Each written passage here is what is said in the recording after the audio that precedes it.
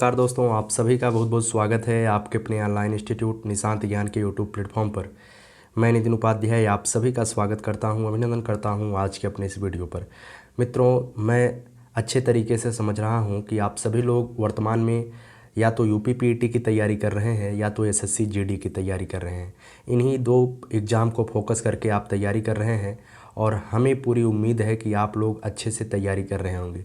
उसी तैयारी को धार देने के लिए हम जो है आपके बीच महत्वपूर्ण अनुच्छेद लेकर उपस्थित हुए हैं।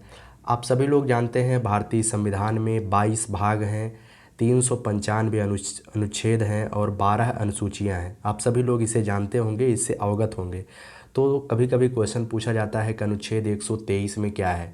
तो ऐसे ऐसे अनुच्छेद जो आपकी परीक्षाओं में इम्पॉर्टेंट हैं, 1 से लेकर के 395 तक जो इम्पॉर्टेंट अनुच्छेद हैं, अब आपको कहीं भी ढूंढने की आवश्यकता नहीं है, एक ही वीडियो में आप यहां से प्राप्त कर ले जाएंगे। 1 से 395 अनुच्छेदों को बिल्कुल आसानी से आप एक बार नहीं 2 बार वीडियो को देखिएगा। यकीन मानिएगा, वीडियो देखने के साथ साथ जब आप देखते भी हैं और सुनते भी हैं तब आपको ज़्यादा याद होता है। और अगर आपको नोट्स बनाने की आदत हो तो आप इसे नोट्स ज़रूर बना लीजिएगा, क्योंकि यह महत्वपूर्ण अनुच्छेद है, यहीं से क्वेश्चन आएगा, ठीक है, और बाकी कहीं से क्वेश्चन नहीं पूछा जाएगा। चलिए शुरू करते हैं महत्वपूर्ण अनुच्छेद को। तो सबसे पहले मैं आपको बताया था कि संविधान में कितने अनुच्छेद हैं, 395 अनुच्छेद हैं। तो जो संविधान का अनुच्छेद 1 है, क्वेश्चन कभी कभी पूछा जाता है, चाहे वो संविधान का अनुच्छेद 1 हो या भाग 1 हो या अनुसूची 1 हो, सब में जो है संघ का नाम और उसके राज्य क्षेत्रों की बात की गई है, ठीक है। अनुच्छेद 1, भाग 1 और अनुसूची 1 सब में जो है संघ के नाम, संघ का नाम भारत है और उसके राज्य क्षेत्र मतलब कितने राज्य हैं, इसकी चर्चा जो है अनुच्छेद 1 में की गई है, ठीक है। चलिए अब बात करते हैं अनुच्छेद 2 की। तो अनुच्छेद 2 में जो है नए राज्यों का प्रवेश या स्थापना की बात की गई है। अनुच्छेद 2 में नए राज्यों के प्रवेश या स्थापना की बात की गई है। जैसे सिक्किम जो है पहले हमारे देश में नहीं था, उसे जो है बाहर से अपने राज्य में प्रवेश दिया गया है। तो अनुच्छेद 2 में ऐसे राज्य जो भारतीय संघ में मिलने के इच्छुक हों, उन्हें जो है अनुच्छेद 2 के अनुसार भारत में मिलाया जाता है। चलिए आगे बात करते हैं अनुच्छेद 3 की। तो अनुच्छेद 3 में जो है नए राज्यों का निर्माण, नए राज्यों का निर्माण का मतलब क्या हुआ, कोई बाहर से राज्य आएगा तो अनुच्छेद 2 में बनेगा वो। नए राज्यों का निर्माण, जैसे उत्तर प्रदेश को तोड़ करके उत्तर प्रदेश और पूर्वांचल राज्य बना दिया जाए तो अनुच्छेद 3 के अंदर होगा ये चीज़ें। नए राज्यों का निर्माण और वर्तमान राज्यों के क्षेत्रों की सीमाओं, जैसे उत्तर प्रदेश से उत्तराखंड अलग हुआ था तो जो सीमा का निर्धारण हुआ था अनुच्छेद 3 के अनुसार ही हुआ था। और जैसे किसी प्रदेश का नाम बदल दिया जाए तो ये सभी चीज़ें जो है अनुच्छेद 3 से संबंधित है। 1 में जो है भारत और उसके संघ, 2 में जो है नए राज्यों के प्रवेश या स्थापना और अनुच्छेद 3 में जो है नए राज्यों का निर्माण, क्षेत्र सीमा और उनके नामों में परिवर्तन। अनुच्छेद 3 तक आप याद कर चुके होंगे। चलिए अब आगे आपको अनुच्छेद 3, 4, 5 ये चीज़ें इंपॉर्टेंट नहीं है। अब आते हैं अनुच्छेद 14 पे। देखिएगा, आप सभी लोग जानते हैं हमारे भारतीय संविधान में 6 मौलिक अधिकार हैं और मौलिक अधिकार की एक श्रृंखला मैंने आपको दिया था। अगर आपने देखा है तो अच्छी बात है, मौलिक अधिकार का एक वीडियो मेरा गया था, उसी से मौलिक अधिकार से भी आपको सभी मौलिक अधिकार के अनुच्छेद नहीं याद करने हैं। जो इम्पॉर्टेंट अनुच्छेद है मौलिक अधिकार से भी, उसे मैं यहाँ पे इंगित किया हूँ। जैसे अनुच्छेद 14 बार बार पूछा जाता है, तो अनुच्छेद 14 में जो है विधि के समक्ष समानता की बात की गई है, ठीक है। विधि के समक्ष समानता की बात जो है अनुच्छेद 14 में की गई है। आगे बात करते हैं अनुच्छेद 15 में। तो अनुच्छेद 15 में जो है धर्म, मूल वंश, जाति, लिंग या जन्म स्थान के आधार पर विभेद का प्रतिषेध किया गया है। अर्थात धर्म, मूल वंश, जाति, लिंग या जन्म स्थान के आधार पर किसी भी आदमी से भेद नहीं किया जाएगा। वह जो है भारतीय है तो भारतीय है, ठीक है। चलिए आगे बात करते हैं अनुच्छेद 16 की। तो अनुच्छेद 16 में यहाँ पर ध्यान रखिएगा, लोक नियोजन है, लोग नहीं है। लोक नियोजन में अवसर की समानता है। यहाँ पर जो है किसी भी व्यक्ति को कोई सरकारी नौकरी आती है तो उसमें सब लोग बराबर से पार्टिसिपेट करेंगे। लेकिन यहाँ पर जो आप लोग आरक्षण, अभी कुछ लोग बताएंगे, तो आरक्षण जो है लोक नियोजन में नहीं आता है, ये अलग मुद्दा है, ठीक है। तो लोक नियोजन में अवसर की समानता, अर्थात उसमें सवर्ण कास्ट के लोग भी पार्टिसिपेट करेंगे, सभी लोग उसमें पार्टिसिपेट करेंगे जो भारत के नागरिक हैं। चलिए अनुच्छेद 17 वेरी इंपॉर्टेंट है, यहाँ से क्वेश्चन कई बार पूछा गया है। अनुच्छेद 17 में किसकी बात की गई है? तो अनुच्छेद 17 में जो है अस्पृश्यता के अंत की बात की गई है। पहले दलितों और सवर्णों में अस्पृश्यता होता था, जैसे छुआछूत इसे कहते हैं। छुआछूत, किसी कोई दलित सवर्ण के यहाँ पानी नहीं पी पाता था, कोई दलित सवर्ण के नलके पर पानी नहीं पीता था। तो जो अस्पृश्यता थी उसे जो है संविधान के अनुच्छेद 17 के अनुसार बंद कर दिया गया। ठीक है। अनुच्छेद 18 में जो है उपाधियों के अंत की बात की गई। ध्यान रखिएगा, अनुच्छेद 18 में उपाधियों के अंत। कोई भी व्यक्ति अपने आप से कोई उपाधि नहीं ले सकता है। अगर किसी व्यक्ति को विदेश में भी उपाधि मिलता है तो भी वह उपाधि तब तक नहीं धारण कर सकता है जब तक भारत देश के राष्ट्रपति वह उपाधि लेने के लिए उसे जो है हस्ताक्षरित एक अपना पत्र नहीं देते हैं। मतलब भारत देश के राष्ट्रपति जब कहेंगे तभी आप वहाँ से कोई उपाधि लेंगे। ठीक है। तो अनुच्छेद 18 में जो है उपाधियों के अंत की बात की गई है। चलिए अगले स्लाइड पर चलते हैं। तो अगले स्लाइड में कहा गया है कि अनुच्छेद 19 की बात की गई है। तो अनुच्छेद 19 बहुत अच्छे तरीके से आप जानते हैं, काफ़ी बार इसे जो है चर्चा में रहता है कि हमारे अभिव्यक्ति की स्वतंत्रता हमें चाहिए। अभिव्यक्ति की स्वतंत्रता जो है अनुच्छेद 19 में इसकी चर्चा की गई है। ठीक है। आइए चलिए अगला है अनुच्छेद 20। तो अनुच्छेद 20 में दोस्तों क्या है? अपराध के दोष सिद्धि के संबंध में संरक्षण की बात की गई है। ध्यान रखिएगा, इंपॉर्टेंट इसे लगा लीजिएगा। अनुच्छेद 20 काफ़ी बार पूछा गया है। अपराध के दोष सिद्धि के संबंध में संरक्षण। जैसे कोई व्यक्ति अपराध करता है तो उसे एक बार में एक सज़ा के लिए एक ही बार उसे एक अपराध के लिए एक ही बार सज़ा दिया जाएगा। ठीक है। जिस समय वो सज़ा किया है, जिस समय वो अपराध किया है, उसे उस समय जो उस सज़ा का प्रावधान होगा, उस अपराध का जो प्रावधान होगा, जैसे वह 2016 में सज़ा किया है, अपराध किया है, उस समय उसका प्रावधान उम्र कैद है। और 2018 में जो है उसका रिजल्ट आता है, अर्थात उसका फैसला सुनाया जाता है, उस समय इसका फांसी हो जाता है। लेकिन 2016 में ही उसने अपराध किया था, 2016 के अनुसार ही उसे सज़ा दिया जाएगा। ठीक है। तो अपराध दोष सिद्धि के संबंध में संरक्षण अनुच्छेद 20 के अनुसार प्राप्त है। आगे है अनुच्छेद 21 के अनुसार प्राण और दैहिक स्वतंत्रता की बात की गई है कि सभी व्यक्ति को जीने का अधिकार है, उसे कोई भी व्यक्ति प्रताड़ित नहीं कर सकता है। अनुच्छेद 21 में जो है प्राण एवं दैहिक स्वतंत्रता की बात की गई है। ध्यान रखिएगा। आगे है अनुच्छेद 21 का क। इसे कब जोड़ा गया था? कई बार पूछा जाता है। अनुच्छेद 21 का क कब जोड़ा गया था? इसे जोड़ा गया था 86वें संविधान संशोधन 2002 के तहत।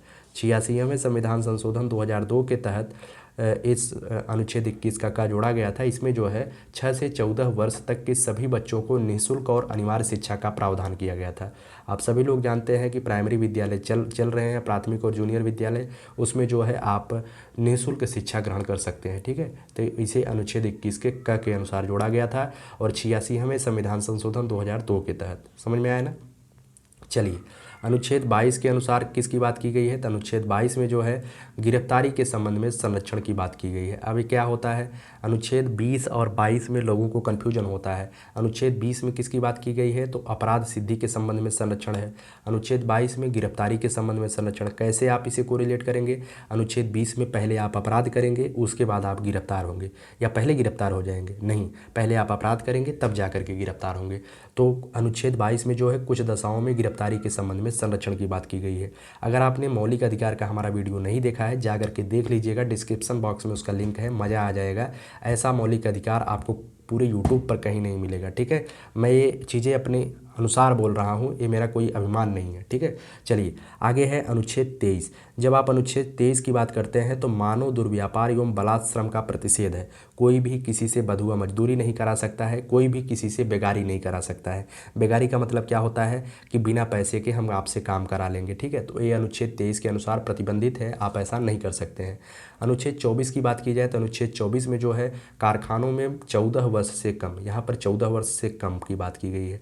14 वर्ष से कम आयु के बच्चों को अनुच्छेद 24 के अनुसार कारखानों में आप काम नहीं करा सकते हैं, अर्थात आप उससे मजदूरी नहीं करा सकते हैं। उनका जो है खेलने, खाने और पढ़ने का उम्र है, तो उनको वह अधिकार दिए जाएँ। ठीक है।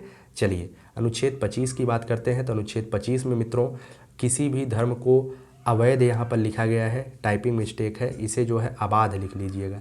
अबाध रूप से मानने, आचरण करने और प्रचार करने की स्वतंत्रता की दी गई है अनुच्छेद 25 के अनुसार। ध्यान रखिएगा, किसी भी धर्म को आप मान सकते हैं, उसका प्रचार भी कर सकते हैं अनुच्छेद 25 के अनुसार।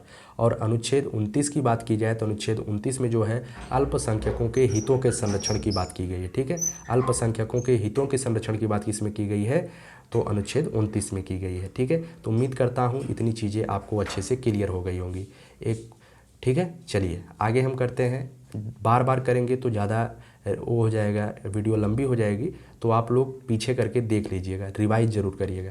अनुच्छेद 32 की बात की जाए तो संवैधानिक उपचारों के अधिकार की बात की गई। किसकी बात की गई है, संवैधानिक उपचारों के अधिकार की बात की गई है अनुच्छेद 32 के तहत। बाबा साहिब डॉक्टर भीमराव अंबेडकर ने अनुच्छेद 32 को ही संविधान की आत्मा कहा था। अनुच्छेद 32 के अनुसार अगर आपके मौलिक अधिकार का हनन होता है तो आप डायरेक्टली सुप्रीम कोर्ट जा सकते हैं। ठीक है, अनुच्छेद 32 के अनुसार सुप्रीम कोर्ट जा सकते हैं। अगर आप सुप्रीम कोर्ट नहीं जाते हैं तो अनुच्छेद 226 के अनुसार आप हाई कोर्ट भी जा सकते हैं। ठीक है, तो अनुच्छेद 32 संवैधानिक उपचारों का अधिकार, इसमें क्या होता है, 5 तरीके के रिट सुप्रीम कोर्ट या हाई कोर्ट जारी करता है, उसे आप देख लीजिएगा, मौलिक अधिकार की वीडियो में मैंने बताया है। अब आते हैं अनुच्छेद 40 की बात करते हैं। अब बीच में जो 35-36 पड़ता है इंपॉर्टेंट नहीं है, इंपॉर्टेंट मैंने इसमें लिखा है। अनुच्छेद 40 में जो है ग्राम पंचायत की स्थापना का प्रावधान है। इस समय जो है ग्राम पंचायत चुनाव चल रहे हैं और इन सब की किसकी बात कहाँ पर की गई है, तो अनुच्छेद 40 में इसकी बात की गई है, ग्राम पंचायत की स्थापना की। चलिएगा, अनुच्छेद 41 भी इम्पॉर्टेंट है, कई बार पूछा गया है। अनुच्छेद 41 में जो है कुछ दशाओं में, दशकों लिखा गया है, दशाओं में, कुछ दशाओं में काम पाने का अधिकार है। अगर आपने अच्छे से पढ़ाई किया है तो आप पढ़ाई वाला काम है, और या तो सरकारी काम मिलता है तो सरकारी काम करिए, नहीं तो आप अपने निजी काम भी कर सकते हैं। तो अनुच्छेद 41 में कोई आपको आपकी नौकरी से वंचित नहीं करेगा, आप अपने परिवार के भरण पोषण के लिए कुछ न कुछ निजी काम या सरकारी काम कर सकते हैं जिसके योग्य आप हों। ठीक है, तो अनुच्छेद 41 के अनुसार इसकी बात कही गई है। अनुच्छेद 44 की बात करते हैं, तो अनुच्छेद 44 कैसे याद करेंगे, अनुच्छेद 44 जो है समान सिविल संहिता। ठीक है, कैसे याद करेंगे, 4-4 मतलब बराबर है, नागरिकों के लिए बराबर, कोई भी नागरिक या हिंदू है या मुसलमान है ऐसी बात नहीं होगी, सभी नागरिक जो है समान है और उनके लिए समान सिविल संहिता की बात की गई है। समझ में आया ना। अनुच्छेद 41 में ग्राम पंचायत की स्थापना, 41 में कुछ दशाओं में काम पाने का अधिकार है, 44 में जो है नागरिकों के लिए एक समान सिविल संहिता है। ठीक है, अब बात करते हैं अनुच्छेद 45 में। आपने अभी देखा अनुच्छेद 21 के क में जो है 6 से 14 वर्ष के आयु के बच्चों को निःशुल्क शिक्षा का प्रावधान है, लेकिन यहाँ पर जब आप आएंगे अनुच्छेद 45 में तो इसमें जो है अब 6 से 14 तक की तो बात हो गई है, लेकिन 6 वर्ष से कम आयु के बच्चों का क्या होगा, तो अनुच्छेद 45 के अनुसार 6 वर्ष से कम आयु के बच्चों के देखभाल और शिक्षा का प्रावधान किया गया है। ठीक है, 6 वर्ष से जो कम होते हैं, इसी में जो है क्या होता है, इसी में आंगनबाड़ी की नियुक्ति होती है। अनुच्छेद 45 के अनुसार ही वो लोग ही जो है 6 वर्ष से कम आयु के बच्चों का पालन पोषण करती हैं, जो चीज़ें सरकार के द्वारा आती हैं उसे जो है बच्चों तक पहुंचाती हैं। तो आंगनबाड़ी कार्यक्रम जो है अनुच्छेद 45 से ही संबंध रखता है। ठीक है, चलिएगा अगले क्वेश्चन पर। अगला है अनुच्छेद 48 का क। अनुच्छेद 48 के क में जो है पर्यावरण के संरक्षण और संवर्धन की बात की गई है। ध्यान रखिएगा, इसे वेरी वेरी इंपॉर्टेंट तो है, लेकिन ध्यान रखिएगा अनुच्छेद 48 के क में पर्यावरण के संरक्षण और संवर्धन की बात की गई है। इसमें जो है वन्य जीवों की रक्षा की भी बात की गई है। ठीक है, तो अनुच्छेद 48 के क में ये सभी जो है राज्य के नीति निर्देशक तत्वों में आते हैं। अगर आपने हमारा राज्य के नीति निर्देशक तत्व के वीडियो नहीं देखा है उसे भी आप जरूर देख लीजिएगा, काफ़ी अनुच्छेद जो है यहीं से कंप्लीट आपके हो जाएंगे, कुछ जो बचता है उसे यहाँ से कंप्लीट कर लीजिएगा। आगे बात करते हैं अनुच्छेद 50 की। तो अनुच्छेद 50 50-50 मतलब बराबर होता है, इसे ऐसे ही आप याद रखिएगा। कार्यपालिका और न्यायपालिका के पृथक्करण की बात की गई है। इसमें बताया गया है कार्यपालिका का क्या काम होगा और न्यायपालिका का क्या काम होगा। तो अनुच्छेद 50 के अनुसार जो है इन दोनों के कार्यों के पृथक्करण की बात की गई है। अनुच्छेद 51 में क्या है, अनुच्छेद 51 में जो है अंतर्राष्ट्रीय शांति और सुरक्षा की अभिवृद्धि की बात की गई है। अर्थात हम पहले किसी पर हमला नहीं करेंगे, अगर हमारे ऊपर हमला होता है तो हम उसे शांति से वार्ता के रूप में वार्ता करेंगे, उसे हम दबाने का प्रयास करेंगे, लेकिन जब ज़्यादा हो जाएगा तो युद्ध सुनिश्चित हो जाएगा, लेकिन हम अपनी तरफ से पहले पहल नहीं करेंगे युद्ध के लिए। तो इसे अनुच्छेद 51 में चर्चा की गई है कि अंतर्राष्ट्रीय शांति और सुरक्षा की अभिवृद्धि होगी। ठीक है, आगे बात करते हैं अनुच्छेद 51 के क में। आप सभी लोग जब मूल कर्तव्य पढ़ेंगे, मूल कर्तव्य जो है अनुच्छेद 51 के क में मूल कर्तव्य की बात की गई है और यह प्रारंभ में संविधान में नहीं था। इसे जो है 42वें संविधान संशोधन 1976 के द्वारा 42वें संविधान संशोधन 1976 के द्वारा हमारे संविधान में ऐड किया गया था मूल कर्तव्य को। और मूल कर्तव्य को जो है किसकी सिफारिश पर ऐड किया गया था? समिति से क्वेश्चन आता है, किसकी समिति की सिफारिश पर? तो सरदार स्वर्ण सिंह समिति की सिफारिश पर मूल कर्तव्य को संविधान में ऐड किया गया था। आप लोग इसे लिख लीजिएगा। चलिए आगे बात करते हैं। अब अनुच्छेद 52 की बात करते हैं। तो अनुच्छेद 52 में जो है राष्ट्रपति की चर्चा होती है। अनुच्छेद 52-55 में, अनुच्छेद 52 में जो है भारत का राष्ट्रपति होगा, इसकी चर्चा की गई है। अगर बात की जाए अनुच्छेद 55 की, तो अनुच्छेद 55 में जो है राष्ट्रपति के निर्वाचन पद्धति की बात की गई है।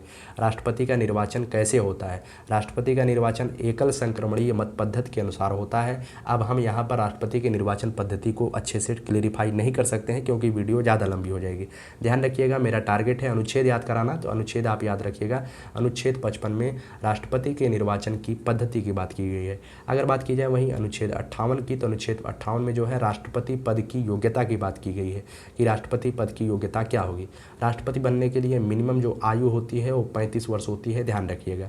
अनुच्छेद 60 में जो है राष्ट्रपति के पद के शपथ की बात की गई है कि राष्ट्रपति जो है शपथ लेंगे अपने पद की, और वह किसके समक्ष लेंगे? तो भारत देश के मुख्य न्यायाधीश के सामने, अर्थात उच्चतम न्यायालय के जो मुख्य न्यायाधीश होंगे उनके सामने जो है राष्ट्रपति अपना शपथ लेंगे।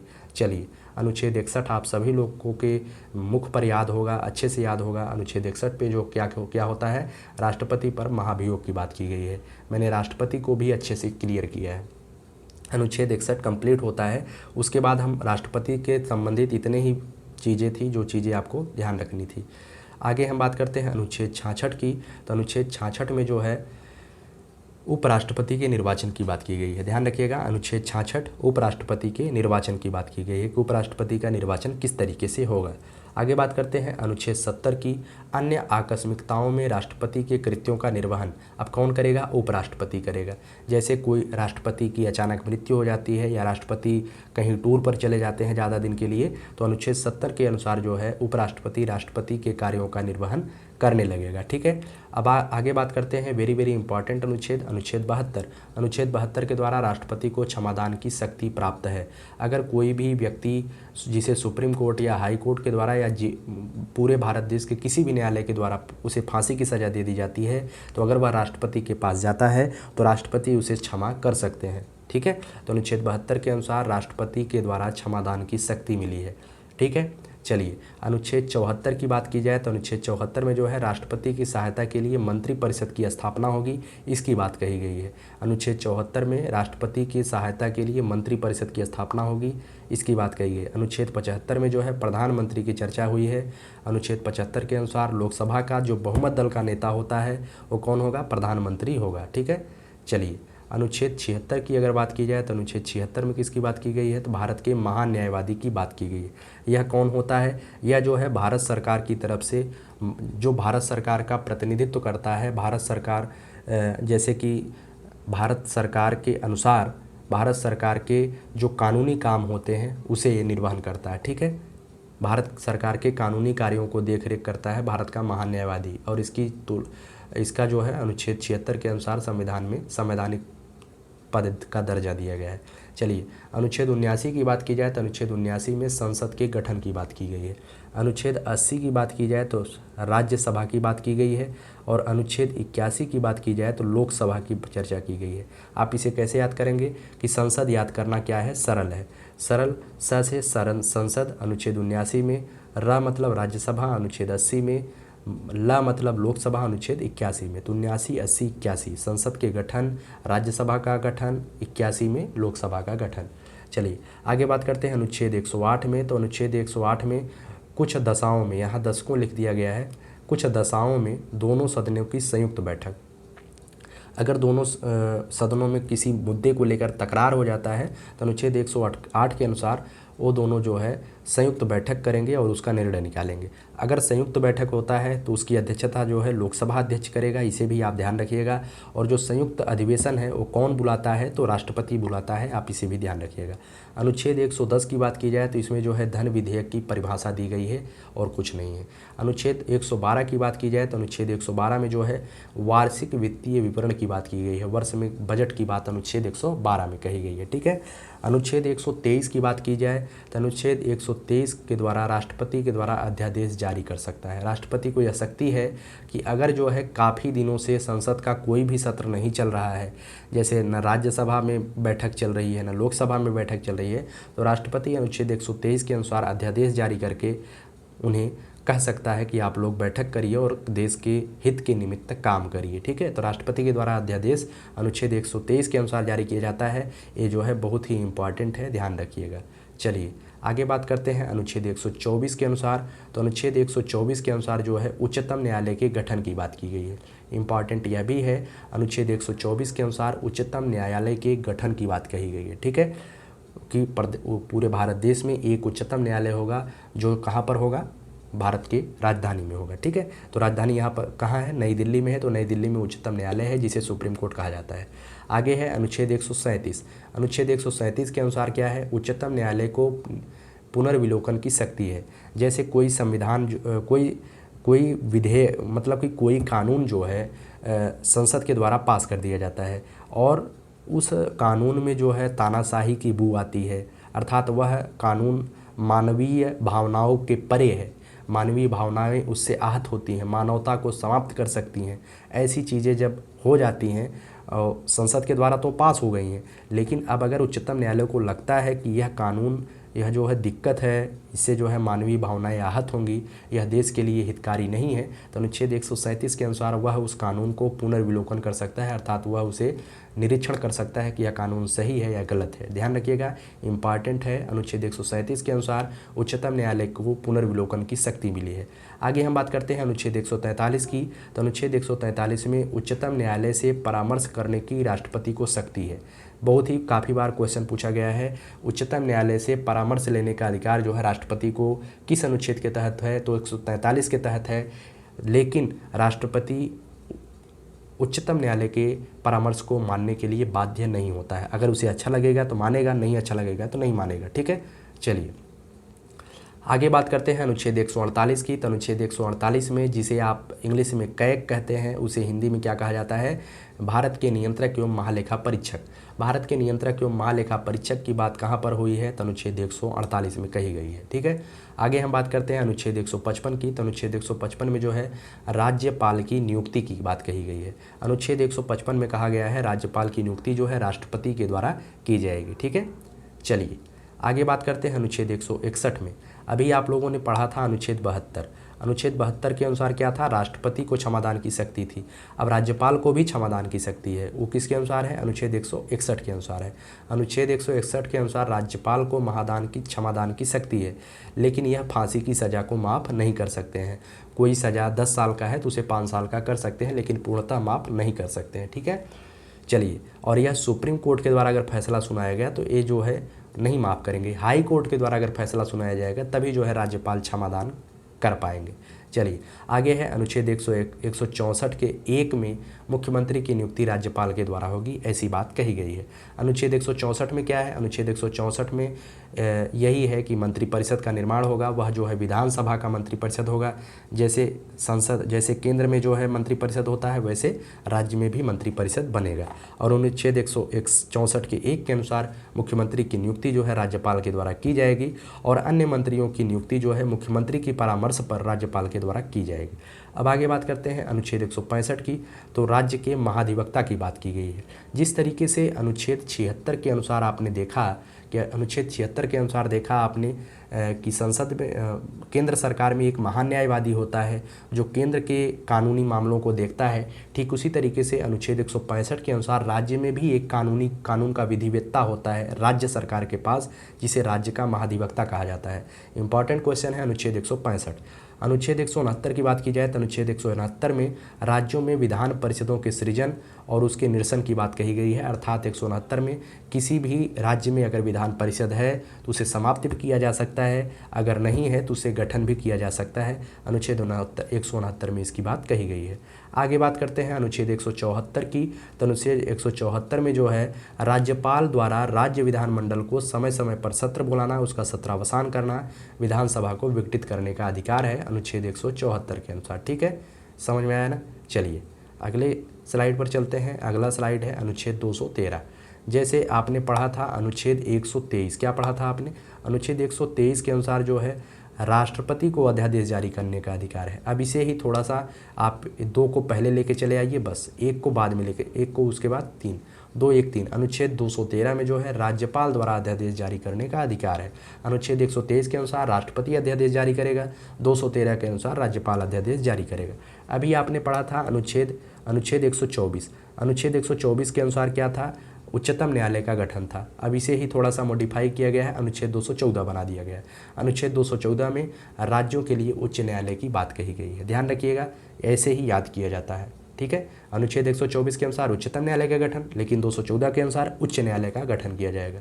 चलिए आगे हम बात करते हैं अनुच्छेद 226 की। अनुच्छेद 226 के अनुसार उच्च न्यायालय के द्वारा रिट जारी किया जाता है। मैंने पहले भी बताया था। अनुच्छेद 32 के अनुसार क्या होता है? उच्चतम न्यायालय के द्वारा रिट जारी किया जाता है। 226 के अनुसार उच्च न्यायालय के द्वारा रिट जारी किया जाता है। कब? जब आपके मौलिक अधिकारों का हनन होता है। आगे बात करते हैं अनुच्छेद 231। अब ये इंपॉर्टेंट है। अनुच्छेद 231 के अनुसार क्या है कि 2 या 2 से अधिक राज्यों के लिए एक ही उच्च न्यायालय हो सकता है। अर्थात आप दिक्कत में नहीं रहेंगे, जैसे कि एक उच्च न्यायालय कई राज्यों को देख सकता है। ठीक है, करंट में काफ़ी चीज़ें हैं, मैं आपको कभी बता दूंगा कौन कौन कितने उच्च न्यायालय वर्तमान में है और कौन कैसे है, तो कभी बताऊंगा। तो अनुच्छेद 231 के अनुसार जो है 2 या 2 से अधिक राज्यों के लिए एक ही उच्च न्यायालय काम कर सकता है, इसकी छूट दी गई है। ठीक है, जैसे अभी वर्तमान में 28 राज्य हैं तो 28 उच्च न्यायालय नहीं रहेंगे तब भी काम चलेगा। जो नज़दीक के राज्य रहेंगे उच्च न्यायालय उसको अपने अंडर में ले सकता है। अनुच्छेद 233 की बात की जाए तो जिला न्यायाधीशों की नियुक्ति की बात की गई है। ध्यान रखिएगा, ज़्यादा इंपॉर्टेंट नहीं है। अनुच्छेद 239 के क। अनुच्छेद 239 के क में जो है दिल्ली के संबंध में विशेष उपबंध किया गया है। दिल्ली जो क्या है? दिल्ली जो है अपना केंद्र शासित प्रदेश है और भारत देश की राजधानी है। इंपॉर्टेंट है अनुच्छेद 262 नदी जल विवाद। अगर किसी भी नदी को लेकर के 2 राज्यों में जो है विवाद हो जाता है तो उसे जो है अनुच्छेद 262 के अनुसार केंद्र सरकार उसका निपटारा करने का भरसक प्रयास करेगी। ठीक है, तो अनुच्छेद 262 के अनुसार नदी जल विवाद, अंतर्राज्यीय नदी जल विवाद की बात की गई है। चलिए आगे है अनुच्छेद 263। अनुच्छेद 263 के अनुसार अंतर्राज्यीय परिषद के संबंध में उपबंध किया गया है। तो अंतर्राज्यीय परिषद के संबंध में उपबंध कहाँ पर है? तो अनुच्छेद 263 में है। 262 में नदी जल विवाद की बात कही गई है। आगे बात करते हैं अनुच्छेद 266 और अनुच्छेद 267। इसे ही आप इंपॉर्टेंट लगा लीजिएगा, ये दोनों बहुत बार पूछा गया है। अनुच्छेद 266 के अनुसार संचित निधि, अनुच्छेद 267 के अनुसार आकस्मिक निधि। संचित निधि, आकस्मिक निधि। अब संचित निधि, आकस्मिक निधि क्या होता है? संचित निधि वो होता है, इसे भी जो है भारत सरकार के द्वारा एकत्रित करके रखा जाता है और आकस्मिक निधि को भी भारत सरकार के द्वारा एकत्रित करके रखा जाता है। लेकिन संचित निधि का प्रयोग जो है संसद के द्वारा होता है, अर्थात लोकसभा की बैठक होगी, राज्यसभा की बैठक होगी और राष्ट्रपति हस्ताक्षर करके देगा, तभी जाकर के संचित निधि से आप पैसा निकाल सकते हैं। ठीक है, आकस्मिक निधि क्या होता है? आकस्मिक निधि के लिए प्रधानमंत्री राष्ट्रपति को सीधे एक पत्र लिख कर देंगे कि यहाँ पर मुझे ज़रूरत है, आकस्मिक निधि से बहुत ही ज़रूरत है, मुझे पैसे की आवश्यकता है, तो आकस्मिक निधि से वो पैसा डायरेक्टली निकाल सकते हैं। उसके लिए उन्हें जो है संसद की अनुमोदन नहीं लेना पड़ेगा। लेकिन संचित निधि के लिए 2-1 दिन का टाइम लगता है, इसी वजह से 267 के अनुसार आकस्मिक निधि की भी व्यवस्था की गई है, क्योंकि बैठक अगर समय से नहीं हुई तो दिक्कतें आ सकती हैं। ठीक है, 266 के अनुसार संचित निधि, 267 के अनुसार आकस्मिक निधि। आगे है अनुच्छेद 279 का क। अनुच्छेद 279 के क में जो है जीएसटी परिषद की बात की गई है। ठीक है, जीएसटी परिषद, जैसे अभी कल मैंने कम्युनिटी पर एक पोस्ट डाला था कि जीएसटी परिषद का अध्यक्ष कौन होता है, तो वह कौन होता है? तो 279 का के अनुसार जो है जीएसटी परिषद का अध्यक्ष वित्त मंत्री होता है। और जीएसटी परिषद में कितने सदस्य होते हैं? ध्यान रखिएगा, 33 सदस्य होते हैं। कितने होते हैं? 33 सदस्य। क्वेश्चन आया है। अनुच्छेद 280 के अनुसार जो है वित्त आयोग की बात की गई है। किसकी बात की गई है? वित्त आयोग की बात की गई है। आप सभी लोग जानते हैं अनुच्छेद 300 क, अनुच्छेद 300 क के अनुसार जो है संपत्ति के अधिकार को कानूनी अधिकार का दर्जा दे दिया गया। ये पहले क्या था? मौलिक अधिकार था। क्या था? मौलिक अधिकार था संपत्ति का अधिकार, लेकिन अनुच्छेद 300 क के अनुसार 300 क में इसे जो है स्थान दे दिया गया। कब? 42वें संविधान संशोधन 1976 के द्वारा, याद रखिएगा। आगे है अनुच्छेद 312। अनुच्छेद 312 जो है अखिल भारतीय सेवाओं की बात कही गई है। किसकी बात कही गई है? अखिल भारतीय सेवाएं। अब अखिल भारतीय सेवाओं में कौन कौन सा आता है? एक आईएएस आता है, ठीक है, एक आईपीएस आता है, और एक क्या आता है? एक आईएफएस आता है। अब इसे फुल फॉर्म आप याद ध्यान रखिएगा, काफ़ी बार पूछा गया है। एक होता है भारतीय प्रशासनिक सेवा, ये आता है अखिल भारतीय सेवा में। भारतीय पुलिस सेवा, ये आता है भारतीय प्रशासनिक सेवा में। आईएफएस का मतलब भारतीय विदेश सेवा नहीं है, बल्कि इंडियन फॉरेस्ट सर्विस है, ठीक है। भारतीय विदेश सेवा अलग मैटर हो जाता है। भारतीय वन जो सेवा होती है वह जो है अखिल भारतीय सेवा के अंतर आती है, न कि भारतीय विदेश सेवा। IAS, IPS, IFS, Indian administrative services, Indian police services और इंडियन फॉरेस्ट सर्विसेज। भारतीय वन सेवा जो है अखिल भारतीय सेवा के अंदर आती है, न कि भारतीय विदेश सेवा अखिल भारतीय सेवा के अंदर आती है। ध्यान रखिएगा, क्वेश्चन यहाँ से आता है। अनुच्छेद 315 की बात की जाए तो अनुच्छेद 315 में संघ और राज्यों के लिए लोक सेवा आयोग की स्थापना है। जैसे उत्तर प्रदेश के लिए इलाहाबाद में लोक सेवा आयोग की स्थापना की गई है, बिहार में पटना में लोक सेवा आयोग की स्थापना की गई है। इसी तरीके से केंद्र के लिए जो आईएएस की परीक्षा करवाते हैं, आईआरएस की नियुक्ति करते हैं, उनके लिए जो है दिल्ली में संघ लोक सेवा आयोग की स्थापना की गई, जिसे यूपीएससी बोला जाता है, ठीक है। तो इसके अनुसार 315 के अनुसार आगे बात करते हैं अनुच्छेद 324 के अनुसार। तो अनुच्छेद 324 में क्या है? निर्वाचन आयोग की बात की गई है। अनुच्छेद 324 के अनुसार निर्वाचन आयोग की बात की गई है। निर्वाचन आयोग में क्या होगा, कैसे होगा, इसकी बात कहाँ पर हुई है? तो अनुच्छेद 324 से लेकर के 329 तक, ध्यान रखिएगा, 324 से 329 तक निर्वाचन की बात कही गई है, ठीक है। वर्तमान में मुख्य निर्वाचन आयुक्त कौन नियुक्त हुए हैं? अभी जल्द ही नियुक्त हुए हैं। आप सभी लोग कमेंट बॉक्स में कमेंट करिएगा, ठीक है। अब बात करते हैं अनुच्छेद 326 के अनुसार। अनुच्छेद 326 के अनुसार वयस्क मताधिकार की बात कही गई है कि कोई भी नॉन एडल्ट जो वयस्क नहीं है वह जो है मत नहीं देगा, जो वयस्क हैं वही लोग मत देंगे। अब इसमें कई बार क्वेश्चन आता है 61वें संविधान संशोधन के तहत, 61वां संविधान संशोधन 1989, ध्यान रखिएगा, 61वां संविधान संशोधन 1989, ठीक है। 61वां संविधान संशोधन 1989 के अनुसार जो वयस्क मताधिकार का जो उम्र था उसे जो है पहले उम्र कितना होता था? पहले उम्र होता था, ध्यान रखिएगा, जो पहले जो उम्र होता था वो होता था 21 साल, ठीक है। कितना होता था? 21 साल। लेकिन 61वें संविधान संशोधन 1989 के तहत इस आयु सीमा को 18 वर्ष कर दिया गया। काफ़ी बार क्वेश्चन पूछा गया है कि 21 वर्ष से 18 वर्ष आयु सीमा वयस्क मताधिकार की कब घटाई गई? तो 61वें संविधान संशोधन 1989 के तहत घटाई गई थी। ध्यान रखिएगा, इसे काफ़ी बार क्वेश्चन आया है। चलिए, अनुच्छेद 330 की बात की जाए तो अनुच्छेद 330 में जो है लोकसभा में एससी एसटी आरक्षण की बात की गई है, ठीक है। लोकसभा में कितने एससी सीट होंगी, कितनी एसटी सीट होंगी, इसकी जो है अनुच्छेद 330 में बात कही गई है। अनुच्छेद 331 की बात की जाए तो लोकसभा में आंग्ल भारतीय समुदाय का प्रतिनिधित्व की बात की गई है अनुच्छेद 331 में। लेकिन हुआ क्या? हुआ यह, लोकसभा में कितने आंग्ल भारतीय पार्टिसिपेट कर सकते हैं? 2 आंग्ल भारतीय। राज्यसभा में अगर बात की जाए तो 12 आंग्ल भारतीय, ठीक है। 12 आंग्ल भारतीय नहीं होते हैं। लोकसभा में 2 लोगों को जो है राष्ट्रपति मनोनीत कर सकता है, राज्यसभा में 12 लोगों को मनोनीत कर सकता है। लेकिन हुआ क्या? 104वें संविधान संशोधन हुआ 2019 में, ठीक है। 104वें संविधान संशोधन 2019 के तहत अब इनकी ज़रूरत हमारे लोकसभा में नहीं है। अब जो है लोकसभा में आंग्ल भारतीय समुदाय का कोई भी व्यक्ति नहीं बैठता है। समझ में आया ना? मनोनीत नहीं होता है। चलिए आगे, अनुच्छेद ऐसे याद कर रखिएगा, अनुच्छेद 330 में लोकसभा में अनुसूचित मतलब लोकसभा में एससी एसटी आरक्षण, 331 में लोकसभा में आंग्ल भारतीय समुदाय एंग्लो इंडियन का प्रतिनिधित्व। उसी तरीके से 332 में क्या है? अनुच्छेद 332 में राज्य की विधानसभाओं में एससी एसटी आरक्षण है। 330 में लोकसभा में एससी एसटी आरक्षण, यहाँ जो है विधानसभा में एससी एसटी आरक्षण। वहाँ 331 में क्या था? 331 में एंग्लो इंडियन था लोकसभा में, यहाँ 333 में एंग्लो इंडियन है विधानसभा में। समझ में आया ना? जैसे उत्तर प्रदेश की बात की जाए, उत्तर प्रदेश में जो है 403 विधानसभा सीटें हैं। एक इसमें जो है मनोनीत होता है, वह कौन होता है? एंग्लो इंडियन होता है, जो राज्यपाल के द्वारा मनोनीत होता है। चलिए आगे बात करते हैं अनुच्छेद 338 की। तो अनुच्छेद 338 में जो है राष्ट्रीय अनुसूचित जाति आयोग की स्थापना की गई है। ठीक है, राष्ट्रीय अनुसूचित जाति आयोग किसकी स्थापना? अनुच्छेद 338 के तहत। अब उसी में जो है अनुच्छेद 338 का क जोड़ा गया है, अनुसूचित जनजाति आयोग की स्थापना की गई है। ठीक है, अनुच्छेद 338 अनुसूचित जाति आयोग, 338 के क में अनुसूचित जनजाति आयोग। अब यहीं पर बात की जाए अनुच्छेद 340 में, तो राष्ट्रीय पिछड़ा वर्ग आयोग की स्थापना हुई है अनुच्छेद 340 के अनुसार। ठीक है, अनुच्छेद 340 राष्ट्रीय पिछड़ा वर्ग आयोग। अब ध्यान रखिएगा, इंपॉर्टेंट है 338 एससी आयोग, 338 का क एसटी आयोग जिसे अनुसूचित जनजाति बोलेंगे, 340 में क्या है तो राष्ट्रीय पिछड़ा वर्ग आयोग है जिसे ओबीसी आयोग बोला जाता है। चलिए अनुच्छेद 343 की बात की जाए तो अनुच्छेद 343 आप सभी लोग जानते हैं, उसमें बताया गया है कि संघ की राजभाषा जो होगी वो हिंदी होगी और जो लिपि होगी वो क्या होगी? देवनागरी होगी। ठीक है, अनुच्छेद 343 के अनुसार। आगे बात करते हैं अनुच्छेद 344 की। तो 344 के अनुसार राजभाषा आयोग की स्थापना होगी। इसकी बात कही गई है कि राजभाषा को प्रसारित करने के लिए, आगे बढ़ाने के लिए एक राजभाषा आयोग की स्थापना होगी। अब बताइएगा राजभाषा आयोग की स्थापना कब हुई थी और इसके प्रथम अध्यक्ष कौन थे? आप सभी लोग बताइएगा।